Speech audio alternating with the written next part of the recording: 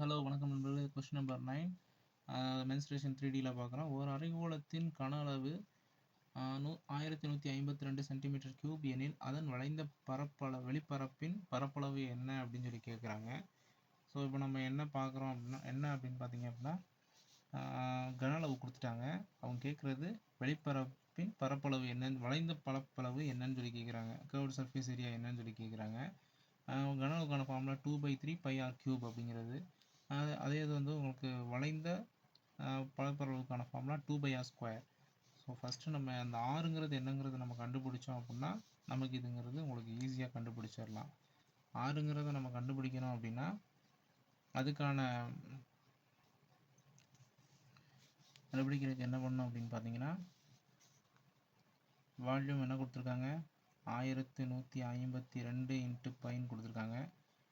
So வால்யூம்க்கான formula என்ன, 2/3 πr³ அப்படின்னு சொல்லியிருக்கு. ஸோ நம்ம என்ன பண்ணலாம்னா பைக்கு பை கேன்சல் பண்ணிடலாம். பேலன்ஸ் என்ன இருக்கும் அப்படின்னா 1152 இருக்கும். ஸோ இந்த 1152 இன்ட்டு இந்த சைடில் இருக்கக்கூடியது இந்த சைடு வந்துடும். ஸோ அப்படி வந்துச்சுன்னா இது தலைகீழ் ஆயிரும், 3/2 ஆயிரும். இது r³. இப்போ நம்ம என்ன பண்ணலாம்னா இந்த 2க்கு இதை அடித்து கொடுத்தோம் அப்படின்னா உங்களுக்கு இது எத்தனை டைம் வரும்னா 576 டைம் வரும். ஸோ பேலன்ஸ் என்ன இருக்குது அப்படின்னா 576 × 3 இருக்குது. இது வந்து உங்களுக்கு என்ன கிடைக்கும் அப்படின்னா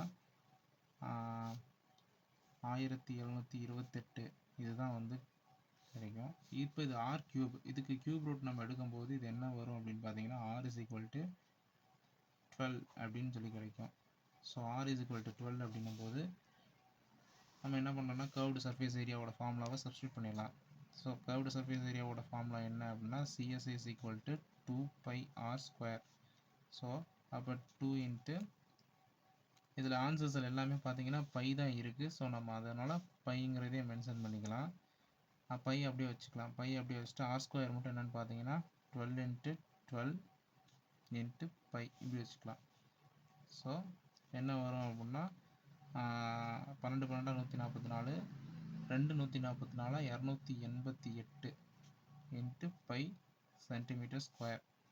இதுதான் கர்வ்டு சர்ஃபேஸ் ஏரியா. இந்த கர்வ்டு சர்ஃபேஸ் ஏரியா எந்த ஆன்சரில் இருக்குது பார்த்தீங்கன்னா ஆப்ஷன் சியில் இருக்குது.